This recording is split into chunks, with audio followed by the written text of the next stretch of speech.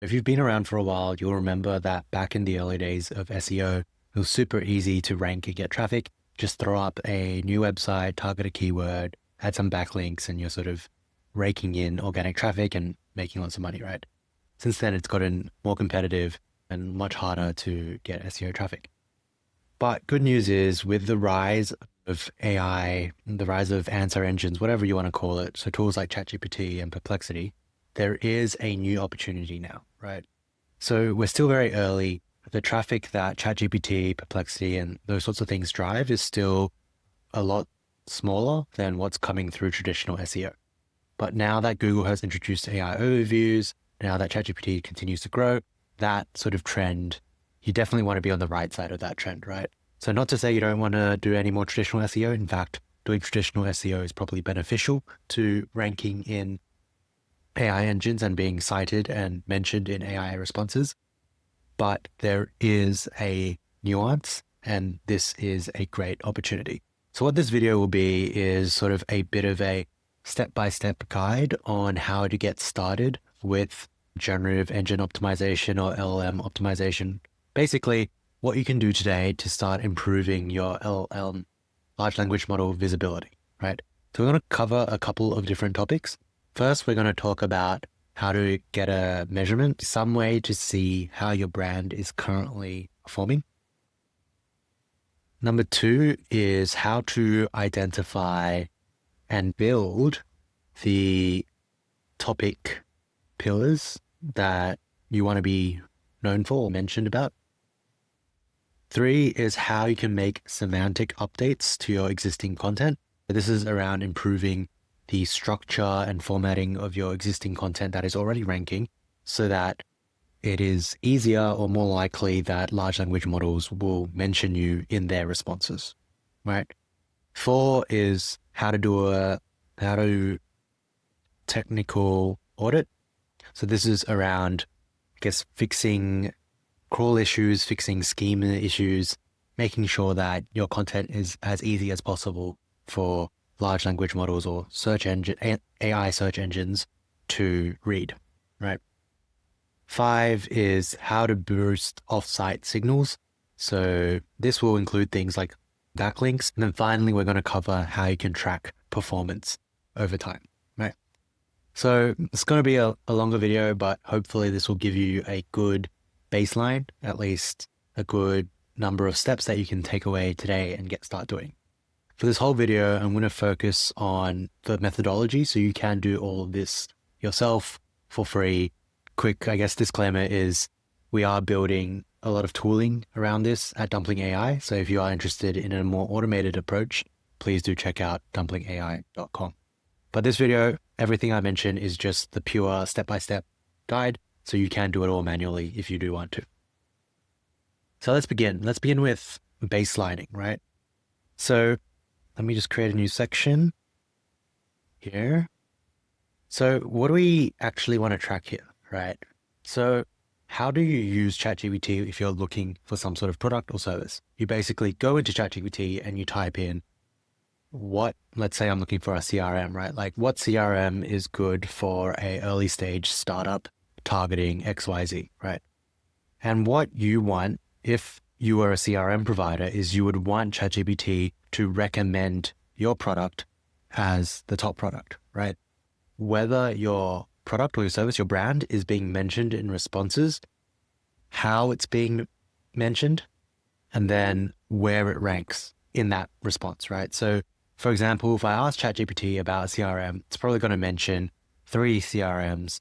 Generally, ChatGPT will mention things in a good light rather than a bad light. But then those 3 CRMs are probably going to be mentioned in a certain order, right? And maybe ChatGPT might even lean towards recommending one over the other 2. And final thing you also might want to track is whether any competitors are being mentioned, right? So how do we do this? If you're doing this manually, it's quite simple. What you first want to do is come up with a number of different queries that you'll be monitoring. So if you're not sure what to do there, you can do something like, so you go to ChatGPT and then you can type in something like this. Let's say, act like a startup founder looking looking to buy a CRM, they use product analytics tools like PostHog and need something that integrates and is tailored for SaaS. And then this is the bit you want to add on, right? So what are 25 questions you might ask an AI assistant like ChatGPT when researching for this, right? And basically what you want to do is paste this into ChatGPT, obviously tailor it for your specific product or service, and then look at the outputs that the ChatGPT gives you, right? So you'll have a list of, let's say, 25 different queries. And what you're going to do then is for each of those queries, you want to paste them into ChatGPT, Perplexity, basically whichever. I would recommend just using ChatGPT. That is still the primary one. The secondary one is probably Google, but there are already a lot of tools just to track SERP rankings in Google. So it's kind of like, it's good to track, but if you're doing it manually, it is quite time consuming. So if you had to pick one, pick ChatGPT. It's all kind of the same process, no matter which one you pick, right? So in terms of what you do after this is basically just start a spreadsheet, right? So you have 25 rows with each of your queries, and then the columns you have is basically, first column, is your brand mentioned, yes or no? Second is, what's the sentiment, positive, neutral, negative? Third, like what's the ranking in the mention? Is it the first mention, second mention, third mention?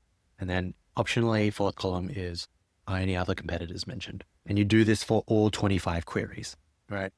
And this is something that you'll probably want to do on a regular basis.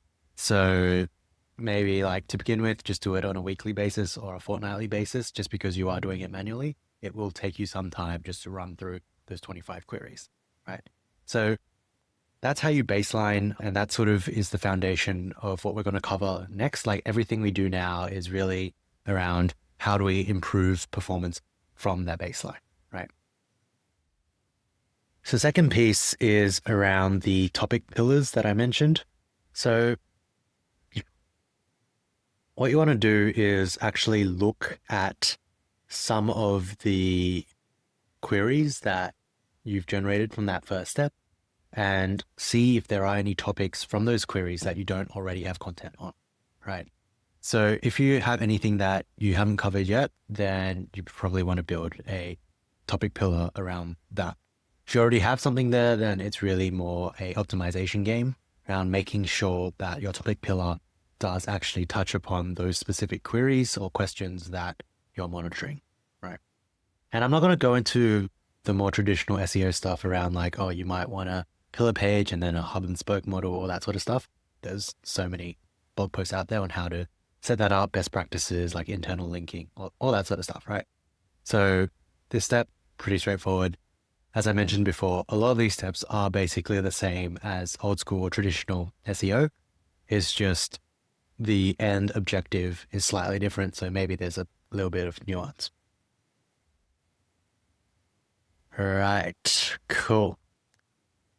So third point I wanted to cover was semantic updates. If you look in AI overviews and those sorts of AI search engines, the outputs tend to prefer some sort of overview. In a lot of cases, ChatGPT will scrape the whole blog post. Google will sort of scrape the full page, web pages, and then summarize it themselves. But if you sort of take a step back, you can see here that the large language models are basically trying to learn from the websites. So the more clear you make, I guess, the takeaway or what you want the large language model to recommend, the higher the chance that it's just going to make the recommendation that you put forth, right? So this is really talking about a certain blog post where you cover a topic, but there's no clear conclusion or clear summary. You basically want to add in those TLDRs, those summaries, those conclusions. Don't leave it up to the model's interpretation of what the recommendation should be. Make those recommendations yourself in your content. So that's the sort of updates that you want to be making to your content. So every blog post, every sort of page that is trying to recommend or like do a comparison, add a TLDR, add a conclusion, add a recommendation, right?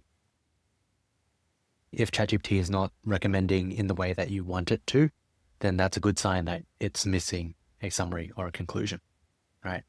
If you look on sort of like the blogs of what I would call well-known SaaS companies like HubSpot, Intercom, that sort of stuff, you'll see that their blogs will always, or most often, have a summary, takeaways, TLDR, conclusion type section at the end.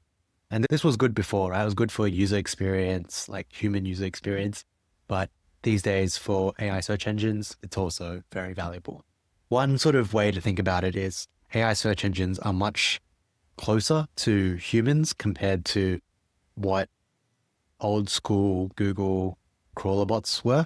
So back in the day, you could get around with things that really are more around trying to trick Google to rank higher and get more clicks. Whereas these days, the difference between a human and a large language model is getting smaller and smaller. So ultimately, you want to sort of improve that human experience, right? If you're improving the experience for humans, more than likely you are improving the experience for large language models. And if you're shaping the recommendation that your article is pushing, then it's probably going to influence the large language model as well. Next point is around performing a technical audit. So this, honestly, nothing super new here. It's just that this is even more important than it was in the past, right? You just want to make sure that your technical SEO is on point, is the gist of it, right? Like, want to make sure your page is loading quickly, no broken links, your schema is all right, all that sort of stuff. Like, this is all stuff that people have been talking about for years, but it is arguably even more important now.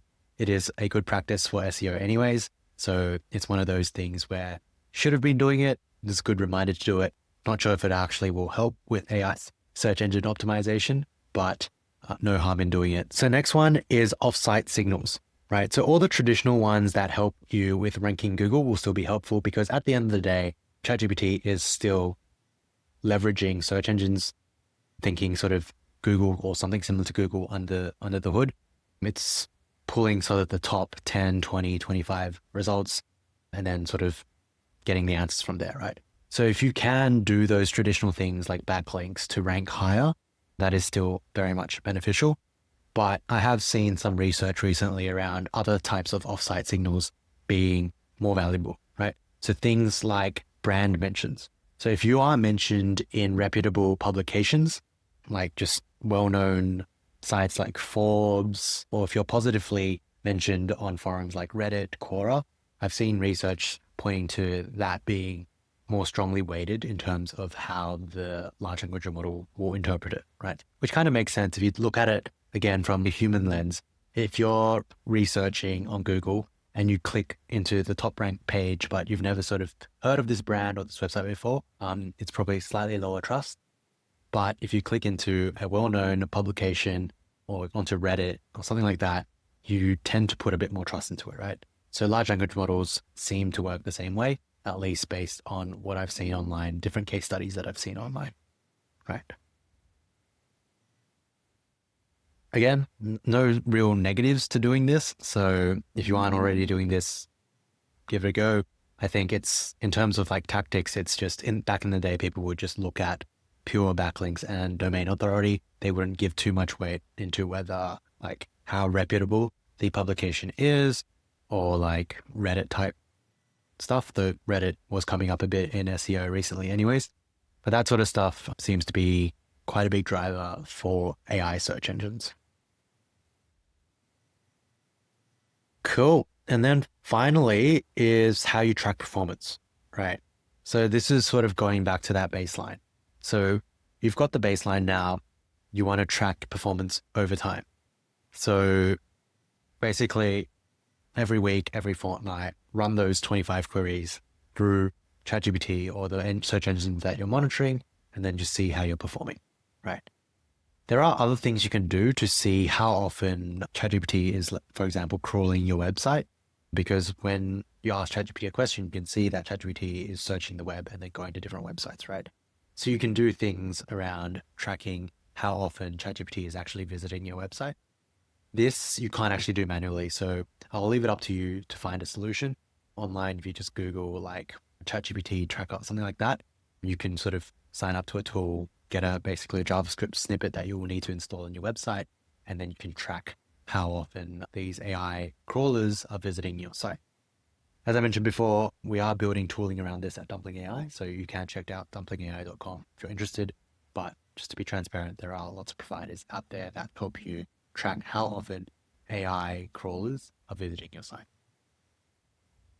And yeah, that's basically it. Super quick run through of what you can start doing today to improve your LLM visibility or ChatGPT visibility. If you have any thoughts, questions, that sort of stuff, feel free to leave them below in the comment section and I'll try my best to get back to you. If there's any other topics that you want me to cover, also let me know and I'll do my best to cover them.